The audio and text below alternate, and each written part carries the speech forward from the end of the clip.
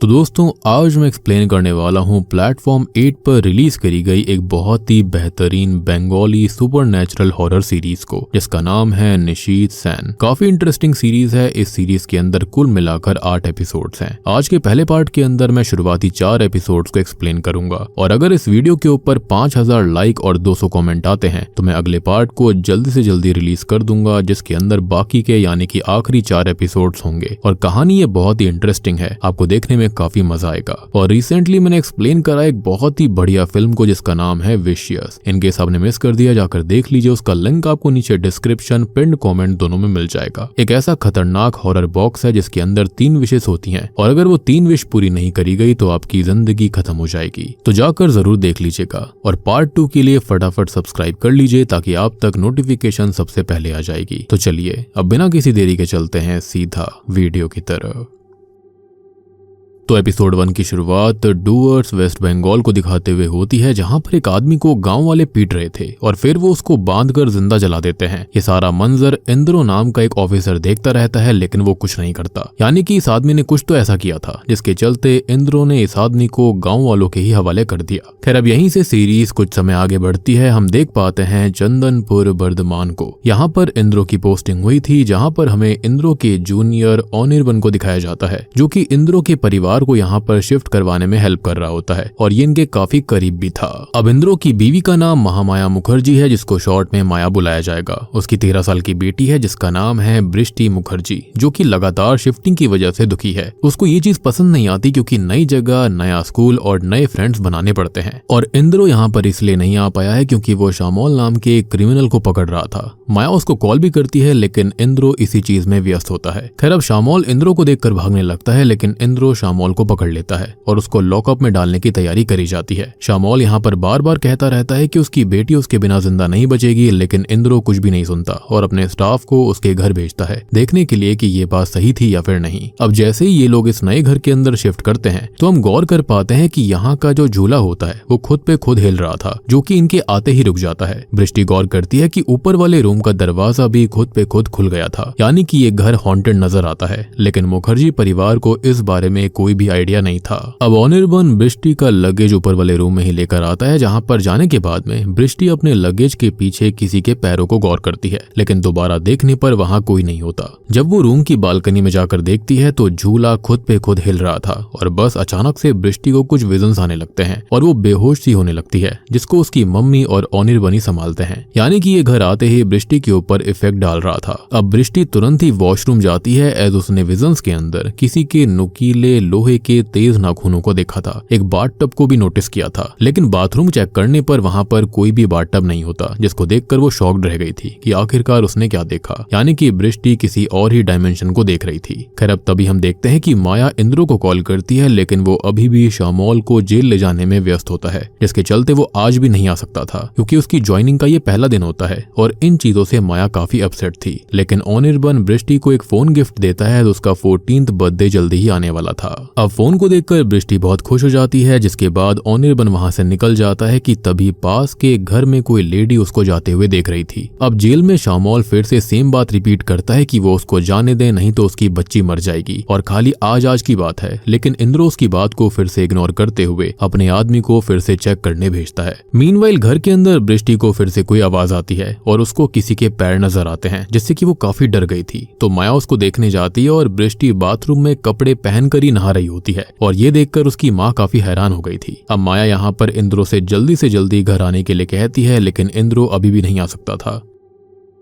लेकिन तभी माया के पास लक्ष्मी नाम की एक मेड आती है जो कि यहीं पर काम करना चाहती थी। वो बताती है कि उसको अर्जेंट काम चाहिए और पहले भी वो यहाँ पर काम करती थी, जिसके चलते माया हाँ कर देती है। लेकिन लक्ष्मी यहाँ पर काफी डरी हुई लग रही होती है। एनीवेज तभी हम देखते हैं कि शामोल की बेटी नहीं बच पाई थी। वो सच कह रहा था कि उसकी बेटी उसके बिना जिंदा नहीं रहेगी और ठीक यही हुआ था। इस चीज से इंद्रो काफी ज्यादा दुखी हो जाता है। उसकी खुद की बेटी सेम उसी की उम्र की थी। अब घर पर अनिर्बन बृष्टि से बातचीत करने आता है, जहाँ पर वो उसका फेसबुक प्रोफाइल सेटअप कर देता है, जिससे कि अब उसको अकेला फील नहीं होगा। मीनवाइल स्टेशन के अंदर इंद्रो शामोल को ये दुखद खबर देता है, लेकिन शामोल ये सुनकर बहुत ही ज्यादा गुस्से में आ गया था। वो ये कहता है कि वो उसकी बेटी और उसके परिवार को खत्म कर देगा, उनको जला देगा, जिससे कि इंद्रो काफी सोच में पड़ गया था कि उसने ये क्या कर दिया। और पुलिस वाले अब शामोल को जेल में डाल देते हैं और यहाँ पर हम देख पाते हैं कि उसके अंदर काफी गुस्सा था। खैर अब तभी अचानक से ही बृष्टि के पास में फेसबुक के ऊपर जामिनी सेन नाम की किसी लड़की की या फिर किसी और की फ्रेंड रिक्वेस्ट आती है। लेकिन सोचने वाली बात ये थी कि इस आईडी के अंदर मात्र 4 फ्रेंड्स होते हैं और वो भी बृष्टि की उम्र की लड़कियां थी, जिससे कि होता यह है कि बृष्टि जो होती है वो फ्रेंड रिक्वेस्ट को एक्सेप्ट कर लेती है। और भी वियर्ड चीज ये थी कि इस आईडी की प्रोफाइल फोटो एक आदमी की होती है जो कि बाथ टब के अंदर लेटा हुआ था और ऐसे ही बाथ टब को बृष्टि ने अपने विजन्स के अंदर भी देखा था। खैर अब रिक्वेस्ट एक्सेप्ट करते ही अचानक से वहां का कबर्ड जो होता है वो खुद पे खुद खुल जाता है, जो कि बहुत ही अजीब बात थी। अब जैसे ही बृष्टि कबर्ड का दरवाजा अपने हेयर रबर बैंड से बंद करती है तो उसको कुछ बदबू आने लगती है, तो वो नीचे झुककर कुछ चेक करती है कि तभी शॉकिंगली हम उसके पीछे किसी लड़की की आत्मा को देख पाते हैं, जिसके साथ ही पहला एपिसोड यहीं पर खत्म हो जाता है।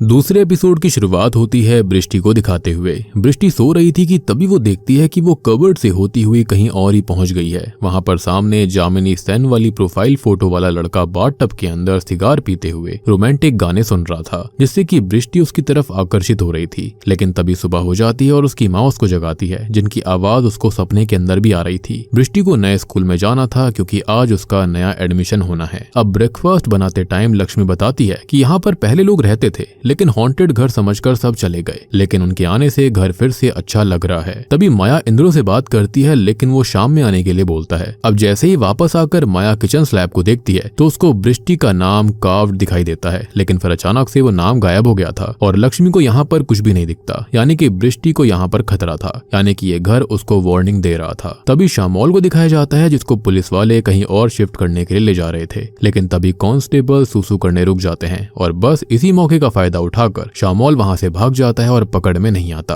अब स्कूल के अंदर बृष्टि का एडमिशन करवा दिया गया था, जिससे वो काफी खुश होती है। स्कूल भी काफी अच्छा था। अब स्कूल से जब बृष्टि घर आती है तो उसकी माँ उसके साथ ऊपर जाती है। बृष्टि अपने रूम के अंदर थी और उसकी माँ जस्ट उसके रूम से बाहर थी, लेकिन अचानक से रूम का दरवाजा खुद पे खुद बंद हो जाता है, जिससे कि बृष्टि बहुत डर गई थी। माया काफी कोशिश करती है लेकिन दरवाजा नहीं खुलता और उसी ठीक वक्त पर इंद्रो वहां पर आकर गेट खोलता है, यानी कि गेट को धक्का देकर जबरदस्ती खोलता है। इंद्रो बृष्टि को संभालता है और माया कहती है कि ये घर हॉन्टेड है, उसने फील किया है कि यहाँ पर कुछ तो है। लेकिन इंद्रो पुलिस वाला था तो वो बस एक ही बात कहता है कि ये घर और दरवाजा पुराना है, अटक गया होगा, इसमें कोई भूत प्रेत वाली बात नहीं है। और इंद्रो काफी थक गया था, जिसके चलते वो आराम करने चला जाता है। अब सीन रात की ओर आता है, जहाँ पर बालकनी में खड़ा होकर इंद्रो सिगरेट पी रहा था और वो माया को शामोल वाली पूरी बात बताता है। यहाँ पर माया उसको कहती है कि इसमें उसकी कोई गलती नहीं है। इंद्रो यहाँ पर फिर भी खुद ही को शामोल की बेटी की मौत का गुनहगार मान रहा था और फिर वो वहां पर भाग भी गया तो उसकी ज्वाइनिंग का फर्स्ट डे ही डिजास्टर बन गया था। लेकिन अब इंद्रो बृष्टि के पास जाता है, उसको जाकर समझाता है कि भूत प्रेत जैसी कोई भी चीज नहीं होती और उसको सोने के लिए कहकर बाहर आ जाता है। तभी बृष्टि को जामिनी सेन की आईडी से टेक्स्ट आता है कि वेलकम टू हेल, जिस पर बृष्टि टाइप करती है कि ओ तो क्या तुम हेल में रहते हो और क्या वो लूसीफर है, जिस पर ये आदमी या फिर जो कोई भी था वो बस एक स्माइली भेजता है, जो कि बहुत ही वियर्ड बात थी कि एक 13 साल की लड़की से कोई ऐसे कैसे बात कर सकता था। एनीवेज अब बृष्टि सो जाती है, जहाँ पर वो फिर से सपना देखती है कि कबर्ड का दरवाजा फिर से खुल चुका है, जो कि एक गेटवे की तरह था और वो उसके अंदर एंटर करती है तो वो उसी स्टार्टिंग वाले आदमी के पास पहुंच जाती है जिसको गांव वालों ने जला दिया था। अब बृष्टि उससे आकर्षित होकर उसके गले लग जाती है, लेकिन ये आदमी बहुत ही क्रीपी स्माइल देकर बृष्टि की कमर पर अपने नकली लोहे के नुकीले नाखूनों से खरोच देता है, यानी कि बृष्टि ने शुरुआत में इसी आदमी के विजन्स देखे थे और फेसबुक आईडी भी इसी से रिलेटेड थी, जिससे कि बृष्टि बहुत डर जाती है। वो दर्द में कर्राने लगती है और इसी के साथ में दूसरा एपिसोड यहीं पर खत्म हो जाता है। तो तीसरा एपिसोड शुरू होता है बृष्टि को दिखाते हुए, जहां पर उस भयानक आत्मा ने बृष्टि की कमर को खरोच दिया था और वो इससे काफी खुश था। जी हाँ, ये कोई आदमी नहीं है, आत्मा है, क्योंकि इस आदमी को तो शुरुआत में ही गांव वालों ने मार डाला था, लेकिन अब वो एक प्रेत आत्मा बन चुकी है जो कि किसी और ही दुनिया में है और वहां पर बृष्टि समहाउ जा सकती है। अब बृष्टि की आत्मा इस दुनिया में उससे डर कर भागती है और वहां पर बाथ टब के अंदर 2 लड़कियों को देखती है, जिसको इस आदमी ने ही मार दिया था और उनकी आत्माओं को वहां पर कैद करके रखा हुआ था। बृष्टि वहां से डर के मारे किनारे भागती है और अब जब वो असल दुनिया में उठती है तो वो दर्द से चिल्लाने लगती है, जिसको संभालने के लिए उसके माता पिता आए थे। लेकिन इंद्रो को वहां पर कोई नहीं मिलता। उसका यही मानना था कि ये किसी इंसान का काम है and he doesn't believe in the paranormal. और अब आपको समझ में आया होगा कि यहाँ पर बृष्टि कपड़ों के साथ ही क्यों नहा रही थी, क्योंकि वो सोना नहीं चाहती थी, क्योंकि सोने के बाद वो इसी दुनिया में पहुंच जाया करती। अब बृष्टि अपनी माँ को बताती है कि एक आदमी ने ये सब किया था और तभी माया एस्ट्रल ट्रैवल का नाम लेती है, विच एक्सप्लेन्स की बृष्टि कबर्ड के अंदर से यहाँ पर कैसे जा पा रही थी, यानी कि वो दूसरे डायमेंशन में ट्रैवल करती है। तभी माया अपनी बेटी को अपना ही दुर्गा माँ वाला लॉकेट पहना देती है, जिससे कि अब ऐसा फिर से नहीं होगा, यानी कि माया इन सब के बारे में कुछ तो जानती थी। एनीवेज तभी दरवाजे पर कोई दस्तक देता है और ये पैरासाइकोलॉजी की टीचर ईरा मित्रा थी, जो कि बृष्टि की आवाज सुनकर यहाँ पर आ गई। और शुरुआती एपिसोड में जब किसी लेडी ने ऑनिर्बन को जाते हुए देखा था तो ये वही लेडी थी। ईरा बताती है कि वो 6 महीने पहले ही यहाँ पर आई है और वो बृष्टि को देखते ही समझ जाती है कि ये मैटर असल में एस्ट्रल ट्रैवल का है और कोई एंटिटी भी है। लेकिन इस बात का विश्वास इंद्रो को नहीं था। उसको लग रहा था कि कोई उसके परिवार के पीछे पड़ा हुआ है। लेकिन ईरा बृष्टि के सर पर हाथ रखते ही समझ जाती है और उससे एक सवाल करती है कि क्या उसको कुछ जलने की बदबू आती है, जिस पर वो हाँ बोलती है। और तभी ईरा को नीचे एक टायर मिलता है जो कि जला हुआ था। लेकिन इस बारे में किसी को कोई आइडिया नहीं था कि वो वहां पर कैसे आया, क्योंकि वो लोग तो कल ही यहाँ पर आए थे। और शक सीधा लक्ष्मी की तरफ जाता है, लेकिन वो भी ऐसा क्यों ही करेगी। खैर अब ईरा यहाँ से चली जाती है और कहती है कि वो कल सुबह आएगी। लेकिन वियर्डली बहुत ही जल्दी सुबह ईरा यहाँ पर आ जाती है। और अब जब बृष्टि ब्रश कर रही थी तो उसके पीछे एक लड़की की आत्मा थी, जो कि हमको शुरुआती एपिसोड में भी दिखाई दी थी। खैर अब ईरा बृष्टि की ड्राइंग बुक देखती है, जहाँ पर उसको एक ड्राइंग नजर आती है जो कि हिली एरिया की थी। लेकिन पूछने पर इंद्रो बताता है कि वो कभी हिली एरियाज में नहीं रहे, लेकिन हाँ उसकी पोस्टिंग डुअर्स में थी। लेकिन तब बृष्टि काफी छोटी हुआ करती थी। लेकिन तभी अचानक से वहां पर ऑनिर्बन आता है, जो कि सबको यहाँ पर देखकर हैरान रह गया था। अब तभी ईरा को बृष्टि से अकेले में बात करनी थी, जो कि बृष्टि से पूछती है कि इस ड्राइंग के अंदर हवा में फ्लोट करने वाली लड़की और अपने मम्मी पापा के साथ लड़की कौन है। तो बृष्टि कहती है कि ये दोनों वही है, जो कि वियर्ड था। बृष्टि बताती है कि पहले वो सपनों में खुद को ही देखती थी, लेकिन जब से यहाँ पर वो आई है तब से ऐसा नहीं होता। वो कहीं और ही पहुंच जाती है और वापस आने में उसको दिक्कत होती है। तो ईरा जो होती है वो बृष्टि को बताती है कि वो समझ चुकी है कि बृष्टि असल में एस्ट्रल ट्रैवल करती है और उसने सब कुछ महसूस कर लिया है, जिससे कि बृष्टि खुश हो जाती है। एज कोई तो उसकी बात समझता है, एज उसके माता पिता इस बात को नहीं समझते थे। और इंद्रो का बर्ताव तो हम देख ही चुके हैं। ईरा बृष्टि से हर चीज बताने के लिए कहती है, एज नेक्स्ट टाइम जो कुछ भी उसको दिखाई दे वो तुरंत उसको बताए। इनफैक्ट वो उससे हिली एरियाज वाले घर के बारे में भी पूछती है, लेकिन बृष्टि को इसके बारे में आइडिया नहीं था। मीनवाइल बाहर इंद्रो काफी गुस्सा हो रहा था कि एक अनजान लेडी को उन लोगों ने घर में घुसा लिया है और वो भूत प्रेत की बातें कर रही है। इंद्रो का मानना था कि कोई तो बृष्टि के रूम में आया था और मौका पाकर वो वहां से भाग गया। और इसमें सुपर नेचुरल जैसा कुछ नहीं है, बल्कि इसमें ह्यूमन इन्वॉल्वमेंट है।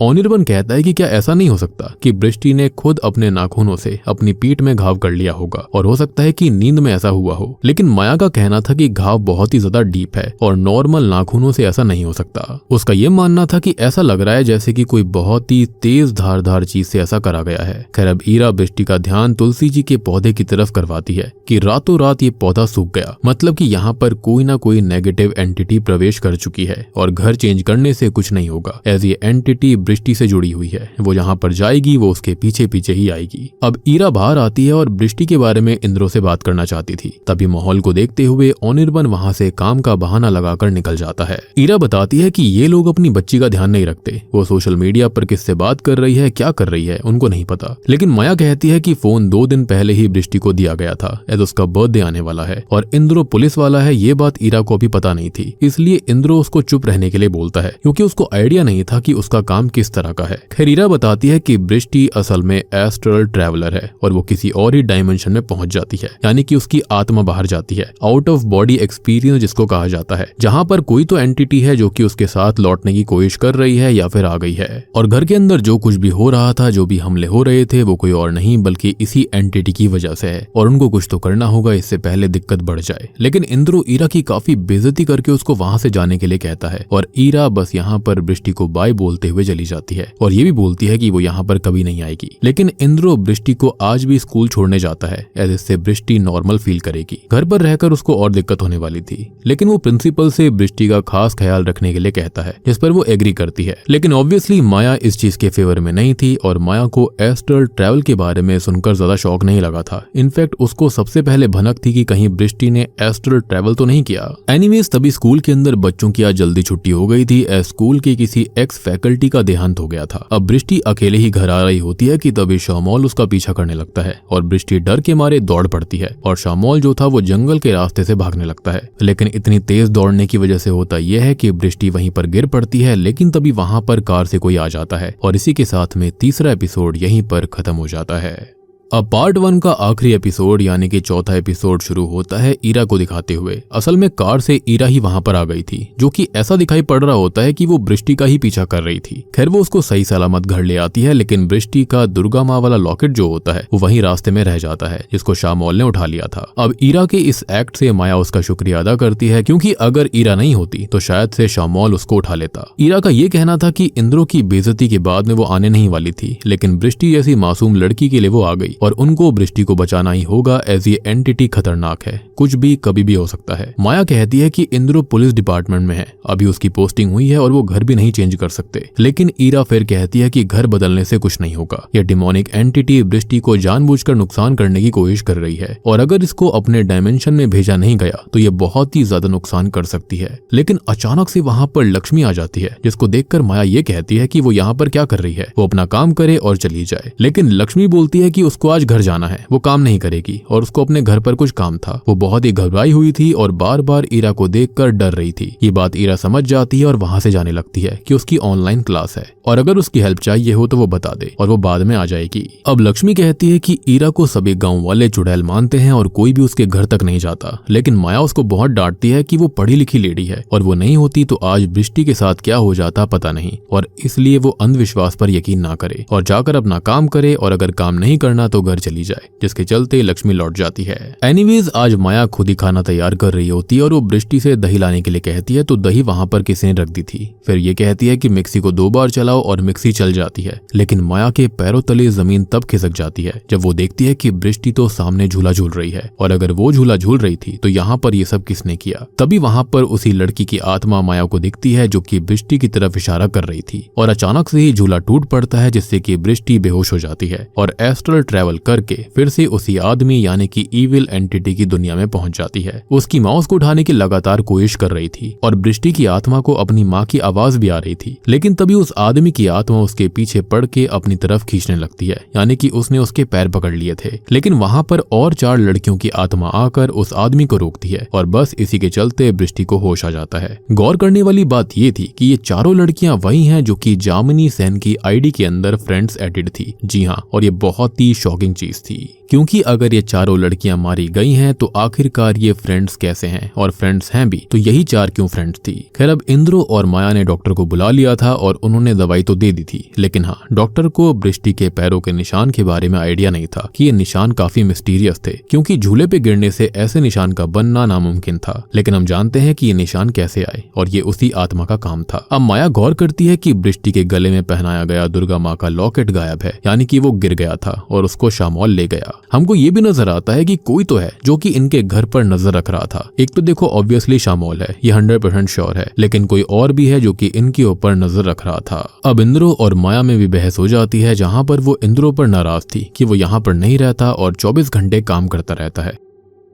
और ये सब सुपरनैचुरल चीजों की वजह से है। लेकिन इंद्रो कहता है कि नहीं, उसके पास एक क्लू है और ये किसी केस से जुड़ा हुआ है और ये बात वो जानता है। तब जाकर वो डुअर्स के केस के बारे में बताता है जिसने पूरे पुलिस डिपार्टमेंट को हिला दिया था। इंद्रो बताता है कि 3 से 4 महीने के अंदर अंदर हिल्स वाले इलाके यानी कि डुअर्स से 13 से 14 साल की 2 लड़कियां गायब हुई थी और बस एक ही क्लू उनके पास था कि आखिरी बार वो सेन एस्टेट बाउंड्री के पास देखी गई थी। तब हमको पता लगता है कि जिस आदमी की आत्मा हम देखते आ रहे थे वो बहुत ही अमीर इंसान था और उसका नाम है निशित सेन। वो बहुत ही शौकीन आदमी था, बड़ा घर उसके पास था, खूब पैसा था। अब तभी निशित सेन जो होता है वो इंद्रो से मिलता है। वो असल में कबाब बना रहा था और ऑफिसर को इनडायरेक्टली बताता है कि डीएम और कमिश्नर उसकी काफी तारीफ कर रहे थे। वो अपनी पावर दिखाना चाहता था कि वो उससे बड़े बड़े लोगों को जानता है, लेकिन सेन ये कहता है कि इन लड़कियों को उसने कभी नहीं देखा, और देखा भी होगा तो शायद से अपने पेरेंट्स के साथ वो आई होंगी, क्योंकि वो लोग यहाँ पर लेबर का काम करते रहते हैं और उसके यहाँ पर बच्चे खाने पीने आते रहते हैं। लेकिन वो स्ट्रिक्टली चाइल्ड लेबर के खिलाफ है, लेकिन ये बच्चे अपने माँ बाप के साथ ही यहाँ पर आते हैं और उसको इस चीज से कोई भी इशू नहीं है। लेकिन माइट भी नेपाल बॉर्डर पास में है और हो सकता है कि किसी ग्रोह ने यहाँ पर इन बच्चियों को वहाँ बेच दिया होगा, जिससे कि इंद्रो को थोड़ा सा वियर्ड लगता है। खैर अब निशित जो होता है वो कबाब्स को ऑफिसर को खिलाता है, जो कि उसको काफी अच्छे लगते हैं, जिससे कि वो काफी खुश था, यानी कि निशित सेन को अच्छा लगा था, एज वो शौकिया तौर पर शेफ भी था। और तभी वहाँ पर चाय नाश्ता देने के लिए निशित सेन की मेड कमला दी आती है, जो कि सुन और बोल नहीं सकती थी, लेकिन उनके हाथ कांप रहे थे। अब ऑफिसर को विदा करते वक्त निशित सेन ये बताता है कि कमला दी से पहले उनके पिता के टाइम की मेड थी, लेकिन कमला दी ज्यादा तेज और काम करने में अच्छी है, इसलिए उनको हटा दिया गया। अब निशित सेन के हाव भाव और बातों से ही वो काफी मिस्टीरियस इंसान लग रहा था। लेकिन उसी रात को पुलिस स्टेशन के अंदर कमला दी आती है, जो कि एक टिफिन लेकर आई थी, और टिफिन के अंदर जो था उसको देखकर पूरा पुलिस स्टेशन हिल जाता है, जिसके साथ ही चौथा एपिसोड भी यहीं पर खत्म हो जाता है। तो दोस्तों ये थी निशित सेन सीरीज के पहले 4 एपिसोड्स की कहानी। उम्मीद करता हूँ कि अब तक की कहानी आपको मिस्टीरियस और काफी अच्छी लग रही होगी। चौथे एपिसोड की एंडिंग तो काफी खतरनाक थी और मिस्टीरियस भी थी, और इसके अगले 4 एपिसोड्स भी जल्दी ही आने वाले हैं। तो फटाफट इस वीडियो के ऊपर 5000 लाइक और कम से कम 200 कमेंट्स कर दीजिए, जिसके बाद में अगला पार्ट जल्दी से जल्दी आ जाएगा। उम्मीद करता हूँ कि अब तक की कहानी आपको अच्छी लग रही होगी। अच्छी लग रही है तो वीडियो को लाइक कर दीजिए, चैनल के ऊपर नए हो तो सब्सक्राइब कर लो, क्योंकि तभी आपके पास में पार्ट 2 का नोटिफिकेशन जल्दी से जल्दी आएगा। और हाँ, अगर आपने अभी तक विशेष फिल्म की कहानी को नहीं देखा है, जाकर देख लीजिए। एक मिस्टीरियस बॉक्स है जहाँ पर 3 विशेष होती हैं। इनकेस आपने पूरा नहीं किया तो आपकी हालत बहुत खराब हो जाएगी। उसका लिंक आपको नीचे डिस्क्रिप्शन पिन कमेंट में मिल जाएगा। तो मैं आप सबको मिलता हूँ अगली वीडियो के साथ में, तब तक के लिए